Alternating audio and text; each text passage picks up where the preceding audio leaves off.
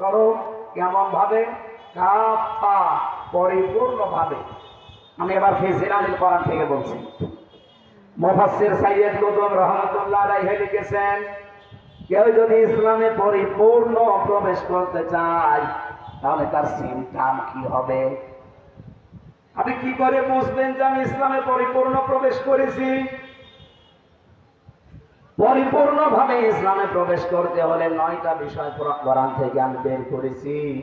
বললাম না, সামারাইজ করে মাত্র 5টা বলবো। এই 5টার ভেতরে যদি আপনি দেখেন যে আমি আছি, আপনি বিশ্বাস করতে পারেন যে হ্যাঁ, আমি পরিপূর্ণ ইসলামে আল্লাহর ঘোষণা অনুযায়ী প্রবেশ করেছি। বলেন সুবহানাল্লাহ। সূরা বাকারা, আল্লাহ রাব্বুল আলামিন এত বড় সূরা কোরআনে আর দেয়নি। 288টা আয়াত দিয়েছেন।